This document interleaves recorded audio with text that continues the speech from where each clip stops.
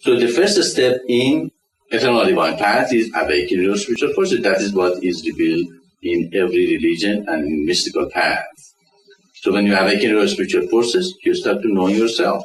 Okay, of course, there's many ways to do that. Some people have been meditating for many, many lifetimes. So in this lifetime, they easily start knowing themselves, contemplating who they are. They ask, where am I from? Where am I going? And therefore, they start knowing themselves. And that is the first step in the eternal divine path. Now you know yourself. Is that the goal of the life? To merge with God and know thyself, and that's it? That is when God reveals the second step of the eternal divine path in the Old Testament. In Old Testament, the whole theme of the Old Testament is God is trying to find a people as his chosen people, and they will follow him and they will follow his laws and bring him to their community and bring the kingdom of God to themselves.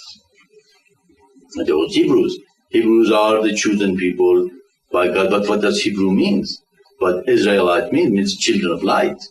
Okay? It's not a race, it's not a specific people. Anybody who follows the eternal divine path will become an Israelite, an elect, a child of God. Therefore, those people who have chosen in the Old Testament, they have to realize that is really mean what the chosen person means. And then they accept God as such, that community, that people become a community of light. That is when they bring God as their leader, and not only they awaken their spiritual forces, they meditate, but also they create environment that it's conducive for every person in that community to be able to meditate, and every person in the community helps to create such an environment and give of themselves into it without any expectation or attachment to the results of their actions. Now, how can we create such a community? You have to sacrifice. You have to give up of yourself. You have to give up, at least give up your ego as much as you can. And if you can give up all your ego, great. Then you are absolutely become a child of God and become the part of the comings of life. Therefore, the next step has revealed it to Christ. Christ brought the concept of sacrifice. He overcame his own selfish tendencies for helping other humans to become in a greater degree egoless, okay, or sacrificing. That's what the symbol of Christianity is. The symbol of Christianity is to overcome the lower nature, the third chakra. That is why the symbol of Christ is the 3. The number 3 is so prominent in Christianity. 3 falls, 3 days, 3 temptations. In one feast, everybody counted how many 3s in Christianity. They went, 15, 20 of them? That many of 3 is being revealed. So he is the symbol of the first 3 chakras, and that's why it's so celebrated. Because overcoming your ego, overcoming your lower nature is the great struggle for every person in human life, to overcome the 3 first chakras, okay, the tendency of physiological needs, physiological safety needs, the first chakra, passion, the second chakra, power, third chakra. If you overcome these 3, then you go to the 4th chakra, which is unconditional love and overcoming of every tendency in the lower nature. And how many people are in the physiological and safety need?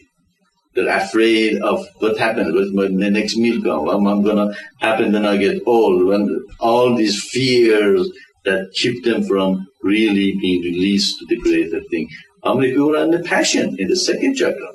They're looking for opposite sex. They're looking for, passion. They're looking something make them feel alive. That is also the 2nd chakra. How many people are there? You can look at the world and say, wow, look at that. Most of the people in the 1st chakra, they're afraid of physiological need, safety need. The 2nd is the 3rd. How many people are in the power 3? Oh, we are better than you. We have a bigger gun than you guys. We can beat you up, as fast as we can. Or we politically maneuver so we can checkmate you and so have dominance over you and all this and that. So we can see, wow, then a lot of the... So how many people left that they have already overcome the lower nature? No, very few. So we can see, no wonder, that we are saying all these things to humanity. Few people are listening to us, but the day of the reckoning is coming. The day of the payment is coming. The day of the sundering is now and here. And that is why we are here. We are sundering. We are separating the elect from those who will go through this terrible tribulation, and who knows how many millions of people are going to suffer or die and destruction which is coming. But if you're in the compass of light, if you come together and create an environment that is godly and God is in it, you have nothing to fear of what is coming.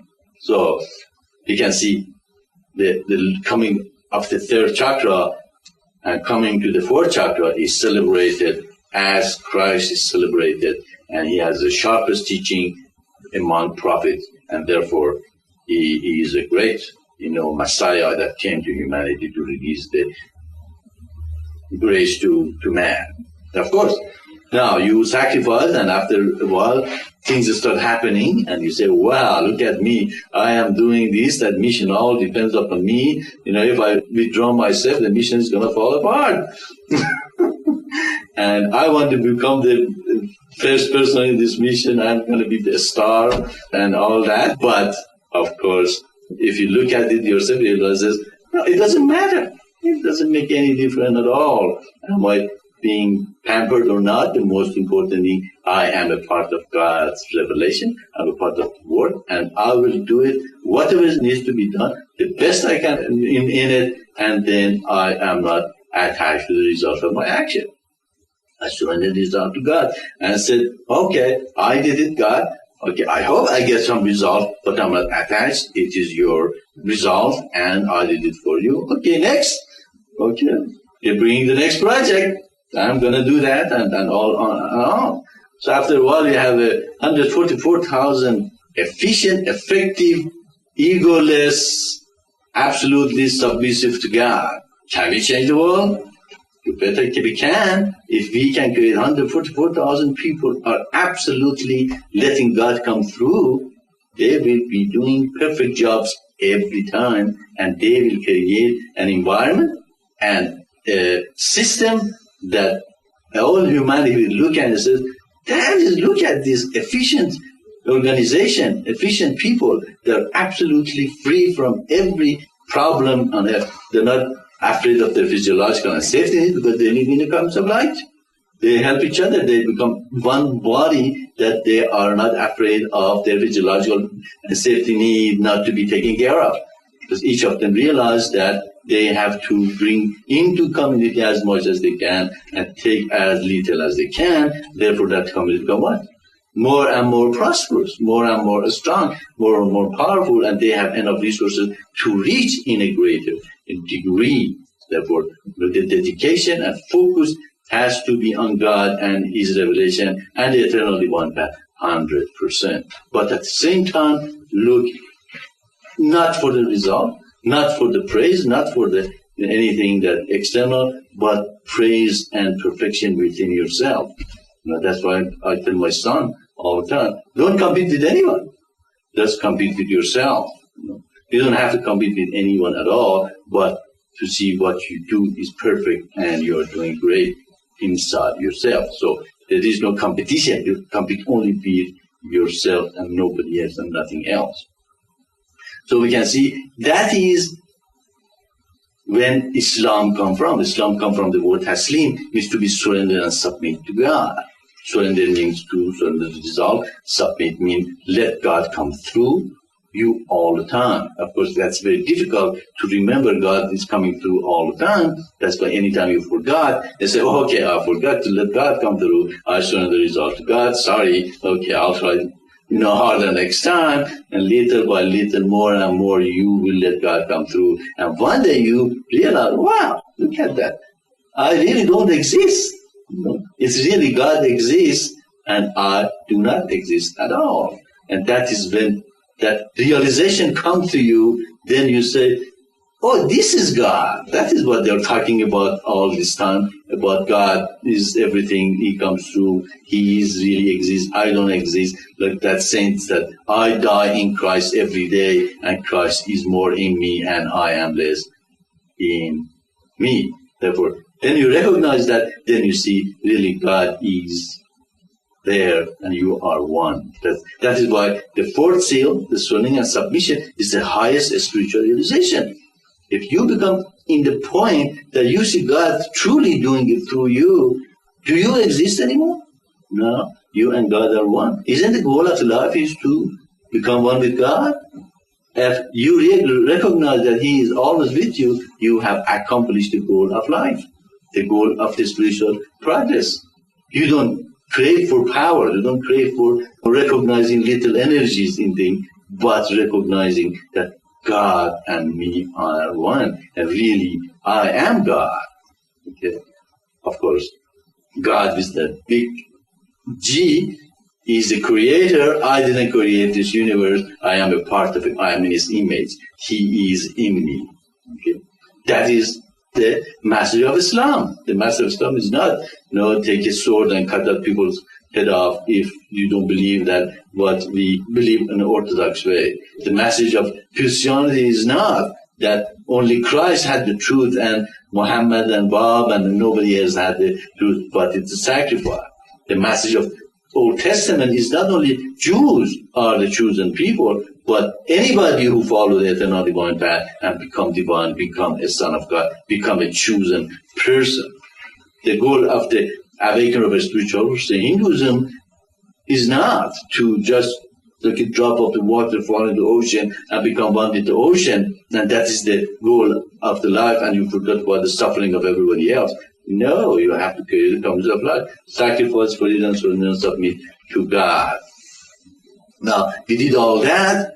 Now, I'm on with God. I recognize that God comes through, but still I feel, well, my community is better than that community. My religion is better than that religion. This part of the world is better than that part. Still, we have not recognized God completely. Okay, that's why it goes on and off. We believe that God is going through us, doing it through you, but then we forget. And we say, oh God, I forgot. Okay, I surrender. You see that it's going in and out of it, recognizing that God and one. Then you really, when you recognize God is really, you and God are one, that is when you realize God is everything. Then you see everybody as a part of God. You don't look at this, okay, this person is white, this person is black, this person is yellow, this one is red, this person from this language, that person from this is man, this is woman, this is, all these categories that human have created. So you can categorize you in their brain. Someone say, okay, I categorize this person here, therefore I should expect this way. You look at them as God's part of God and say, oh, he's a part of God or she's a part of God. How godly he or she is. And that's how related. The more they are godly, the more you love them because you have a kinship with them. You have one with the same thing. Therefore, you recognize and realize that you are one. So we can see that the next step become universalists. They realize that God is everything. There is no separation between me and anything in the universe. Then you shatter all the narrowness of the mind. I'm from here, I'm in gender, I'm this, and that categorize you refer to this, all these little categories, and eventually you become separated from everybody else. You shatter that and you say, no, I look at everybody as a part of God. When you do that, of course, you're absolutely free from any narrowness of mind, and you can deal with anybody in the world and teach them eternal divine path and make them progress in a greater degree. So we can see the first step is the application of spiritual forces. What religion did it cover? It covered Hinduism, Buddhism, all the mystical path and the teachings that it says know thyself or see everything is God or is a part of God, which includes African and South American and shaman and the bushman in Australia, and anybody who that all religions are. The second step to create a concept, create an environment that is godly, that everybody have enough to eat and sleep, and their physiological and safety needs been taken care of. Therefore, they can concentrate on godly things and meditate and awaken their spiritual forces. That is the message of the Old Testament. Old Testament, God is trying to find a people as the chosen people, and they will accept God as their God and will follow His laws. The third step is the sacrifice in order to get such environment. Sacrifice is necessary. That was the message of Christianity or Christ, that He came and went all the way to cross, and He showed us for that ideal you should be ready or willing to give everything necessary to create such communities and bring the kingdom of heaven on earth. Therefore, nothing should be kept away from that goal of the creation of the commonwealth of light, which is the base of the kingdom of heaven on earth. Commonwealth of light is the base of the kingdom of heaven on earth. Therefore, Christianity is the third seal in our revelation. Now, the next seal is surrendering and submission to God. I do all these things. I awaken my spiritual force. I create the commonwealth of life. I will sacrifice for it, but I'm not attached to the result of my action. And I'm not better than that. I let God come through all the time. And that is, of course, the master of Islam. Islam means surrendering and submission to God. With this, we absolutely overcome any ungodly part in ourselves, and we become one with God, and we eventually realize God exists. We do not. And then, of course, the next step becomes universalist. Eventual realization that God is there, you are not, is God is everything. If God is everything, how can I separate any part of the universe from any part of it? And that is the message of Baha'i and Babi's teaching, that what Baha'u'llah and Bab brought to humanity, that basically religions are the same. Of course, we know now, not really, that's not true, they're not basically the same. Each of them have a specific message for humanity, but their view and the realization was God has sent all this revelation, therefore we should not separate them between them. So with this revelation, all these religions have been unified. A path is being revealed to humanity. If you follow these 5 steps, you become an elect. You become elect that God has been talking in every religion. My elect, they will inherit the earth. The meek will inherit the earth. They are the elect. They are my people. They are the one who will follow my laws. And that is what we are looking in this mission. That is what all this effort in this room, in the mission, in our literature, in website, in our outreach, in everything we do, that is the goal, to get this message to the elect, to the people who have been meditating and waiting for this realization. All their life they're saying, how can be one God and so many religions? How can we separate this part from the other part? How come there is so many religions and they're contradictory, and all of them they say they belong to the same God? Now we can understand very clearly that, oh yeah, there is only one God, and we're sending all this religion, and each of them had a message. Now we put them together, and that makes sense. These are the people who follow a eternal divine path. They awaken their spiritual forces. They meditate. They know themselves. They work for the commonwealth of light. Very, very hard, but with joy. If you are working for the commonwealth of light and you don't have any joy for it, then you are not really an elect, and you're not really enjoying creating the kingdom of heaven on earth. But you say, no, I work because I'm creating the kingdom of heaven on earth, and with the complete joy and oneness with it.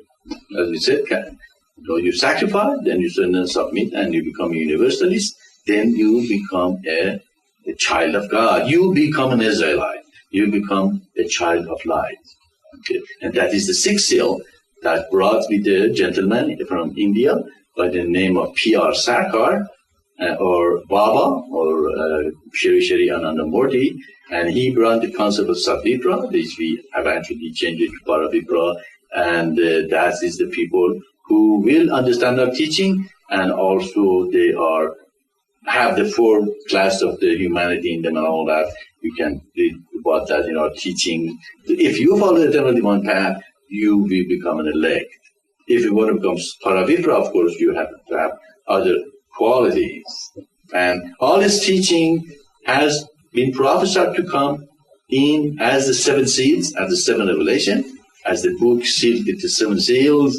And of course, this mission is the mission who has opened the book sealed with the seven seal. And the person who brought it also has fulfilled all the prophecies for his coming and bringing this revelation. Therefore, there is no doubt that this mission, this revelation is from God and has come to humanity to bring the kingdom of heaven on earth. The only thing really left for us is to gather the elects. Everything else is happening around us very fast, very clearly is indicating that we are going toward that final marathon of God's plan. So you have come to the room that calling you to become an elect, or you are an elect, and therefore come, understand the teaching, join us, reach out wherever you are, and if you can come to the community in Albuquerque, in New Mexico, that's great. Just drop everything and come. Don't hang into whatever you have and say, no, I have to keep and bring all these things with me. You can't. If they are not elect, you cannot force them to go to heaven. Even I cannot take my family to heaven if they don't want to come to. I can even take my son to heaven if he doesn't want to, or my wife, or whatever. The only thing is you have been prepared for it. You have been meditating for it. Now you are ready to go there, and this is the revelation. Now you know. Now you know that that's how God sent this revelation one by one to humanity, and now it is unified together as one revelation, and it shows the path to go to God and create the kingdom of heaven on earth, and it is perfect. No matter what problem you throw at this path, it will tell you how it will resolve it. We have done it here many times. We discussed many problems, and the conclusion always is, if you follow the eternal divine path, if you create the commons of light, you will solve it. You will resolve it.